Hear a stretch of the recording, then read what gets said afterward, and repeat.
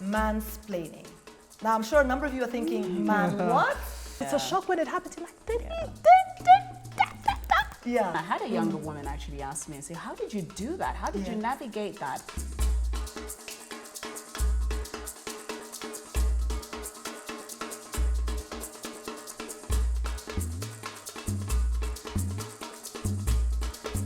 So here we are, we three queens. I'm Achieng. I'm Micheline. And I'm Musonda. Today, we're talking about career. Lots of you have written to us, dropped us messages and said, when are you going to get into the juicy stuff around career? So here we are. We want to talk about a couple of themes that are, quite frankly, a little frustrating for us as women and some of the experiences we've had with these two themes. The first one is around mansplaining. Now, I'm sure a number of you are thinking, man, what? Okay, so you're the expert on explaining what this means. Like, just define it. What is mansplaining exactly? You know what? Have you ever been in a meeting or in a situation at work where you're saying something and you've made your point, and then just seconds later, a man comes and says exactly the same thing, and you're sitting there thinking, that was my point. So in the corporate place, this term mansplaining was used to describe a situation in which typically it's a man who restates what the woman has just said, alters it slightly and claims it as his own. That, my friends, is mansplaining. And that, my friends, is so annoying. Oh, totally. In fact, when people sort of jump on it and sort of tell him, oh yes, that's a great idea, and you know it was your idea, and he just took it and ran off into the wilderness with it. Exactly. And so what it does is you're pushed out, you know, and all of a sudden, oh, he's great. It's the man. It's his idea. It happened to me in a meeting just recently. Yeah. Wow. And I don't know, you must have noticed, I'm the kind of person who's naturally quite calm, but gets even more calmer in really tense situations. Yes, we noticed. I just like, so there I am in our meeting. I'm just like, yes, exactly. So I'm just like, in my head, I'm like, did this just happen? So what I did is I waited for him, and then I said to the main meeting organizer and everybody around the table, I said, yes, let's call him Ken. Ken just run away with the mic. Ken, I hadn't quite finished with the mic. Give it to me. So my point actually, I'll just restate it to be clear, was XYZ. Yeah? So I just want to make it understood, because Ken, I don't think you quite captured my point. And I left it at that. And I reflected on it later that day, and I realized it's with seniority. Yeah. And it's because I have that gravitas, you know, in that situation to have handled it. But I wondered if I were younger, if it were my first 5 years of work or something, I wasn't feeling that confident. That would have been harder, I think. Yeah. So how do you handle it? So that's my example of mansplaining. Yeah. In fact, just on that, as before you share your thoughts on that, because I know you've had a few experiences as well. But it's really interesting, because I remember one meeting years ago where I saw a very senior person, senior male, do that to a more junior female colleague. Happens. Right. And literally, she sort of just retreated. Yes. And she was making a very, very solid point. Total recall. That's what happens. And I made it a point to speak to her afterwards, to tell her to actually take back her reclaim. point. And she was like, how do I do that, Achieng? You know? And it, you know, kind of the input was very much along those lines of restate your point. Take it. It's yours. Own it. Yeah. Restate it. Make it known that it's yours. And you know, some people are, I'm just sort of calm in the moment and so on. But sometimes it catches you and you're mad in the Deer moment. and flashlights. Yes. Because it's a shock when it happens. You're like, I don't know, Musonda, what do you think? Because I'm wondering. I've had, just picking up a little bit on the younger women, having worked with a lot of younger women is going back to them and also giving them the permission to say, look, next time, just air your idea. Because a lot of times, a lot of young people have not been given the permission. Yeah. So they're just navigating a very complex space of bullying, mansplaining, and all these very complex spaces. And sometimes you're an introvert and you don't know how to say it or how to... one experience I had not very long ago in one meeting where I sit on in a committee of sorts, I had an individual where a man just continued. I tried to put in a point and he just went on and on and on and on. That is so annoying, right? That's so annoying. I took a deep breath. As one must. It's either that or you take off your shoes. Then I took a deep breath, and then when I took a deep breath, I said, I'm sorry. Just a moment. I did not finish my point, and I would like to continue and finish my point and explain to everybody what I meant by, and everyone was like, yes, actually, she did not. And so then I had a younger woman actually ask me and say, how did you do that? How did you navigate that? And it's taken me many years of, you know, getting to that moment of strength to be able to do that. And really, it's empowering. I have this thing where you need 3 examples. So if it happens and a man is mansplaining 3 times, you know, and it's happened 3 times, I will take him on the side on a nice chill day. Hey, can we just have a chat, have a coffee? And I'll say, do you realize that you do this? It's called mansplaining. Do you realize? And he'll be like, come on, whatever. And I'll say, no, there's X, Y, Z example. And I'll say, and maybe it's subconscious because I've been reading a lot. In fact, Google it. There's a lot of literature out there.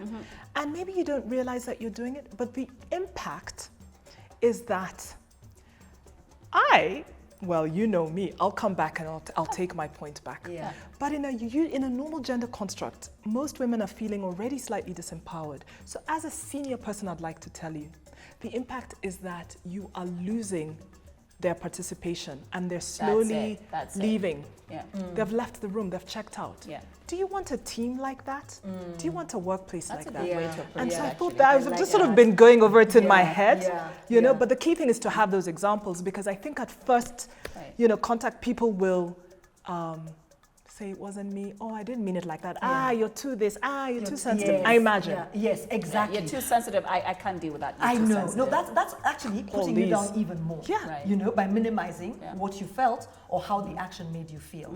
But I think also for women who are either very introverted or maybe are so junior that they feel they don't have the courage to do that, I think that's where we as maybe, or the women who are more senior or who have more experience in handling those situations can actually, you know, sort of step in the meeting and say, so-and-so was actually making a point. Perfect. You know, Ken, you seem to have picked up on so-and-so's point. Maybe she meant it differently. Let's have her complete it. Let's hear her voice. Let's hear her out. And if we just don't interrupt for a minute, just so we can hear so-and-so's point. Absolutely. We have to really do that. hold each other up and bring each other up in those kind of contexts. I like that. And we know it's happening is the thing. Absolutely. Right? I like that idea. But isn't it even kind of like a form of bullying to some extent? I mean, one of the examples I kind of give. So once I went to my my children's kindergarten, and I remember walking in to just pick my daughter. And as I was walking in, I see these kids in the sandpit throwing sand towards this little girl into her eyes. And I thought, oh my goodness, I just had a penny drop moment. And I'm like, it begins there. And what was ironic and problematic about that scenario was that no one called it out. You know, the child was like, oh, stop it. And the boys were laughing. And I'm like, oh my goodness, it begins there because it's not called out. And it has to be called out. And so in the workspace, we've taken that from the sandpit into a work environment. Interesting. And we're really just, you know, throwing sand and being rude and bringing somebody down and devoicing them. That is so true. Not letting them be who they can be and contribute positively to a space. Exactly. In fact, it's really bad when it's actually a workplace environment or culture that facilitates that kind of behavior, that accommodates that kind of behavior. I remember, you know, a certain employer, certain workplace, there was a certain senior manager and he was a bully. I mean, he would raise his voice, he would swear. I was new and I would hear him from the main, you know, conference room. And so I remember asking some other senior managers, whoa, is so-and-so like that? They're like, yeah, don't worry about him. He's just like that, you know, but he's the director of XYZ. And I was like, why is it that everybody is accepting that he's like that? So let me tell you, when my turn came and he was trying to tell me something about a project, and it was a shared project, I had ownership over it, his team was also sort of doing some stuff, and he's raising his voice and he was, and you didn't do this, and you don't know this country, and you don't know that market. And I just said to him, when you're ready to talk to me in a courteous and professional tone, you could call me.